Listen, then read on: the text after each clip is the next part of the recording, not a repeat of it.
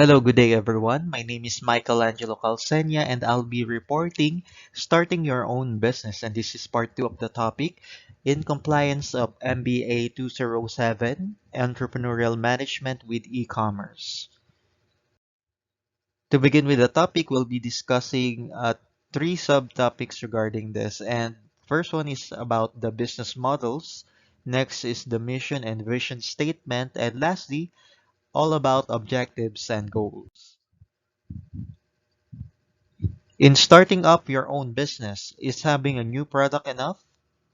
Usually, when we start our business, we think of starting a new product or offering a new product to the market. We're thinking about what we can do or what we can give, something new, something different, so we can enter or be able to be successful. But is that enough to be successful? Let's look into the milk tea trend timeline. So when the milk tea market emerged in the Philippines, it started as a new product, and in 2008, Serenity's first branch opened in San Juan, and it quickly followed in 2009, 2010, and 2011 for Chatime and Gongcha to enter the Philippine branches. So right now, small businesses start putting up franchising business, and you can see a lot of small shops opening all around. Although this business starts booming, as the time goes along, a lot of the establishment are now struggling to offer unique products and to be able to stay relevant to the market. Let's look into another business. It says in here that ING had announced that they plan to leave the retail market before the end of the 2002. This Dutch banking giant announced recently that it would be exiting the local retail bank, and this is due to the concerns about the global uncertain economic situation. This is probably brought about by the pandemic and the change in the behavior of the people transitioning to the digital market. But if you look into this first quarter of 2002 report of them, we can see that they have scored number one in 6 out of 11 in the retail market. So you can say that definitely they are not struggling into the retail market, and they are actually growing.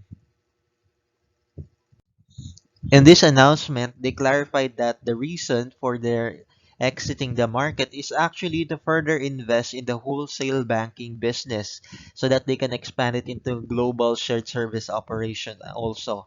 Since its launch in 2018, business has demonstrated a good progress and have a good momentum, but due to the situation economically, there is a slowdown also.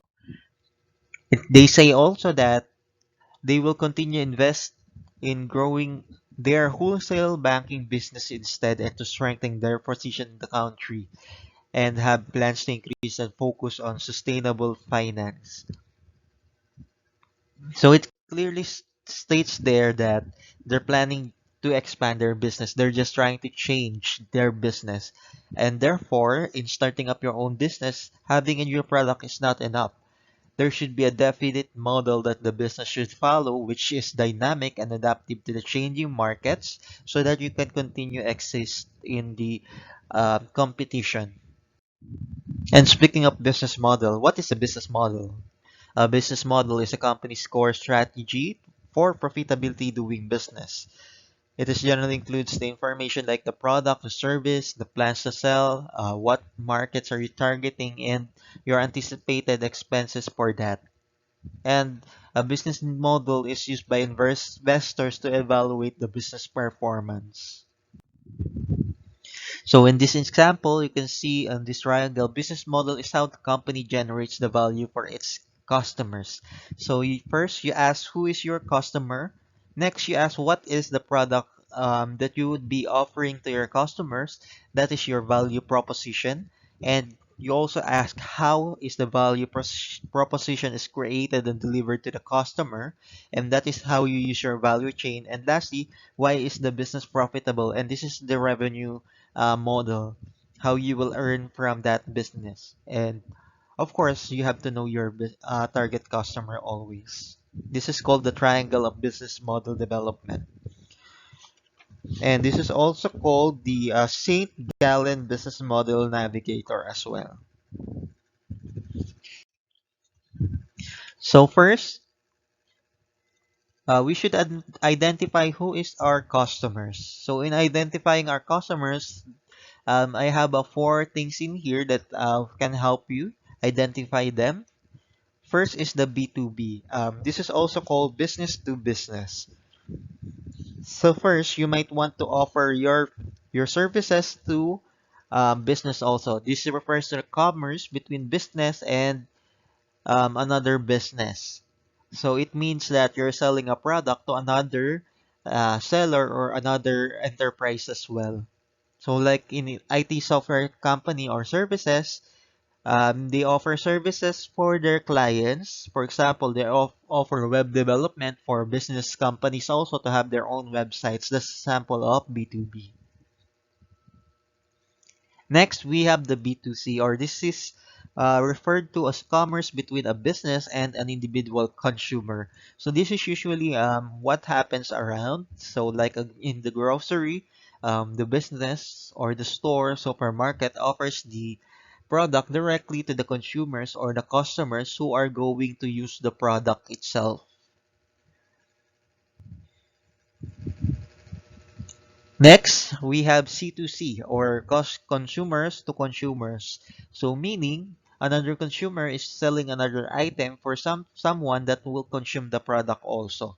So an example for this is like, for example, if you're looking into the Facebook market, you see other customers selling like second-hand laptops. They're selling ukay products or selling second-hand items for another consumers to use. Basically, they are someone who are not going to use the products, so they're selling it for another one. Maybe you would like to put up that kind of business also.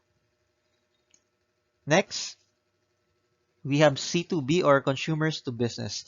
This is kind of business model where you offer your products to businesses.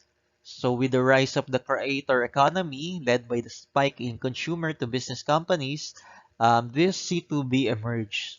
So it could be a photographer selling photos or photography services to company events or social gathering, or it could be a social media influencer, an individual trying to earn profit by promoting businesses through their blogs and through their videos. Next thing that you need to identify is what and what are you trying to sell or trying to offer to the customers? Are you trying to offer a product or a service? So speaking of offering a services, there are types of consumer offerings or types of consumer products. It could be sold for convenience. We have convenience type of products. This is usually like, for example, foods, drinks, household chemicals, items, etc. We have also the shopping products wherein they are medium price, like for example, computers, smartphones, clothing, household appliances. This is beyond the basic needs, the shopping products. And we also have specialty products. These are usually expensive, high in prices because it offers specifically for specific needs. For example, expensive cars, prestigious houses, special jewelry, wedding dresses. This is based on um, occasions or can be used in few times a year or sell in the exclusive outlets. And lastly, we have unsought needs. So this kind of products is something that you haven't thought firsthand, but you might need later. Like for example, life and funeral insurance, raffle tickets, buying new technology, and etc. So how are you going to sell your products? So there are kinds of ways that you can sell your products. First is D2C or direct to consumer. So this D2C business is the type of business wherein you're in direct contact with your customers or you're directly selling your product to consumers. So there is no need for an agent or a middleman. So like for example, a grocery store, the store owner sells the product directly to the buyers. We also have wholesaling business. So in wholesaling, usually you sell the products in bulk or in large amounts. So this is, for example, like in Divisoria, you can buy up to 12 items in discounted price. That is considered wholesaling also. Or in a large scale, you can sell raw materials for another company or for a consumer for them to use the product. So that's wholesaling also. Next, we have white label and private label. So white label, an example could be like CDR King. If you're familiar with the CDR King, usually they have products they sold into their store, but under their name. But in the reality, these products are actually produced or manufactured by another company. That's why sometimes you wonder when you're buying online, you see the actual product sold by another seller, but you see this product also sold by another seller at a different price or a different logo. So actually, there's one manufacturer, they're just selling the product with their label, and that's white label. Or we also have this private label. So private label is retailers hires a manufacturer to create a unique product for them to sell exclusively. So the product sold is actually like a customized product for the company. A sample would be an iPhone. An iPhone is actually designed and marketed by Apple Inc., but they have some contract manufacturer, namely Foxconn, the Pegatron, and etc., which continually proceeds. I mean, they actually creates the product itself or manufacture it for Apple instead. So they're using a private label. They're not selling it for another company. They're selling it exclusively for Apple for those designs. And also, you might wonder, you see Western brands of product but manufactured or assembled in Asia like China, India, when you check the label of the product. So they have Western brands but manufactured differently. That's in another country. That is an example of a private label product. Also, we have what we call subscription service. So this product or service is offered through a subscription service, meaning that to be able for the consumers to use the product, they need to pay a monthly subscription or a yearly subscription. It's like an evolving product, like from started from renting books, then rental of VHS, CDs, and now it became very digital, like subscriptions to Netflix, uh, Spotify, and HBO, and etc. Those are example of subscription service. Next is drop shipping. So drop shipping is one of the fastest growing methods nowadays. So typically the drop shippers market and sell the items and it is fulfilled by the third party supplier. So an example will be like in the Shopee, Lazada, Zalora. The Shopee or the Lazada or Zalora, those business are actually acting like a middleman. So as a big e-commerce, they supply the product to the customer. So what happens is that customers buy from a store and then the store or the store orders it through the supplier and the supplier sends it directly to the customer. So the store or the business won't have any problem with the delivery. It's the supplier that sends the product directly to the customer. So eliminating few delivery problems to the store. So they earn in this matter. Um, just like this example. So the retail store is offering the product for $150, but but they buy the product actually for $100 in the supplier. And once the customer orders a product to them, they order to the supplier to send it to the address of the customer. Therefore, they earn the $50 difference. Next thing that you would need to ask yourself when you're starting up the business, why are you starting the business? Of course, there are several reasons, and these are like, for example, for non-profit or profit reasons. First, you might want it for non-profit reasons.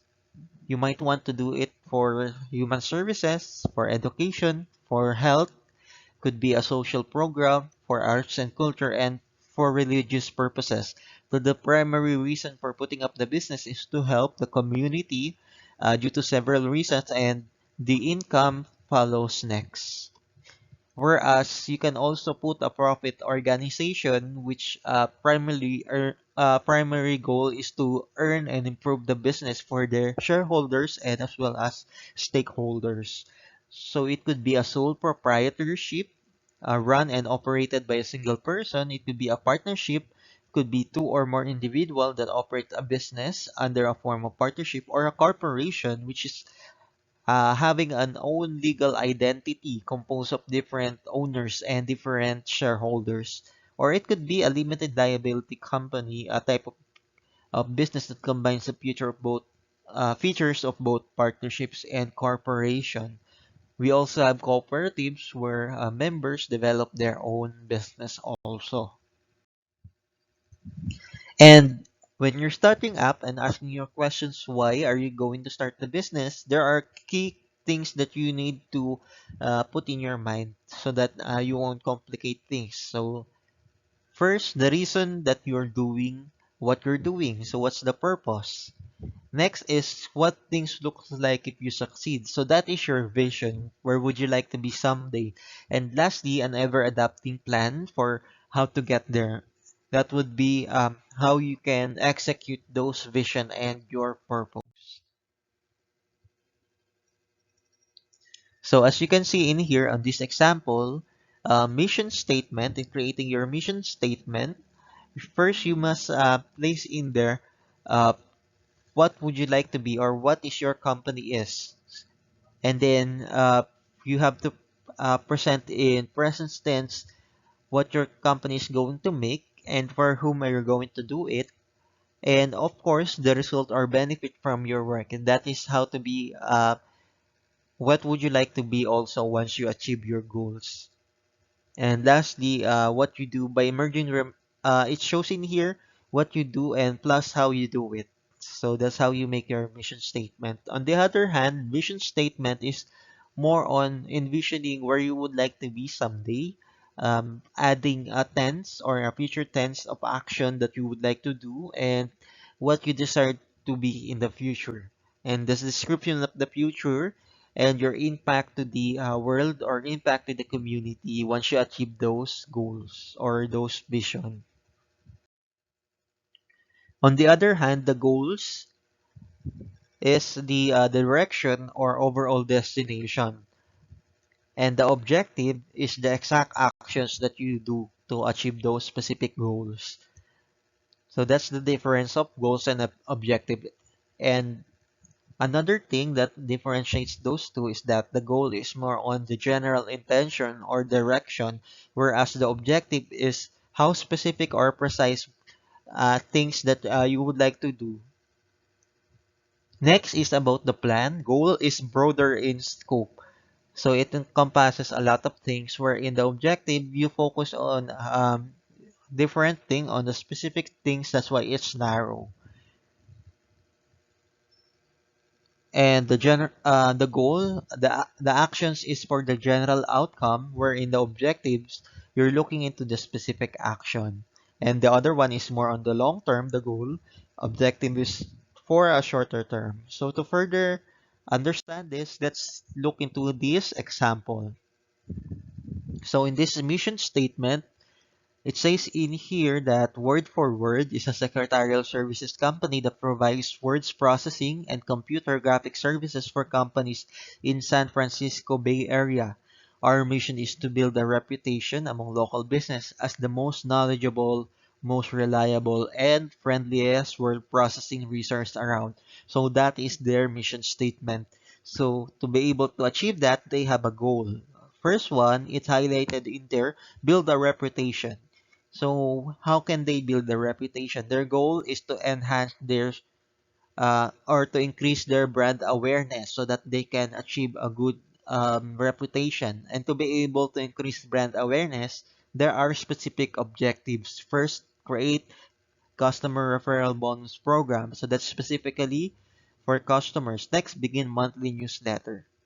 So as you can see it there, from the mission, it's broken down into goals and broken down to objective.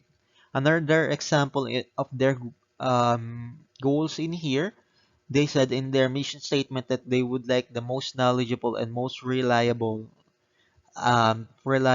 services. So to be able to be the most knowledgeable, they have to enhance their staff expertise. And to be able to do that, of course, they schedule regular training for their staff, have staff certified. Those are the objectives. So right now, you can see the difference between the mission, goal, and objectives. And how can you measure those goals and objectives? Of course, you have to analyze the data points. You have to have the KPIs where you can measure if you achieve your uh, your goals and objectives. And you also need to measure past performance to identify whether something that you do in the past is still working or you need to do something else to be able to learn from your mistakes and be able to move on into something new. Also, you need to follow a structure. So you have to create a plan so that you can have a concise, cohesive strategy to be able to put up a business. To conclude, I would like to share to you a quotation from Mr. Richard Branson. He says, business opportunities are like buses. There's always another one coming, so don't be afraid to start your own business. There are a lot of things to consider, but always remember that there's another opportunity just in case you miss, and those who succeed are those who are always trying. And actually, that would be all. Thank you for listening for my report, and have a good day, everyone.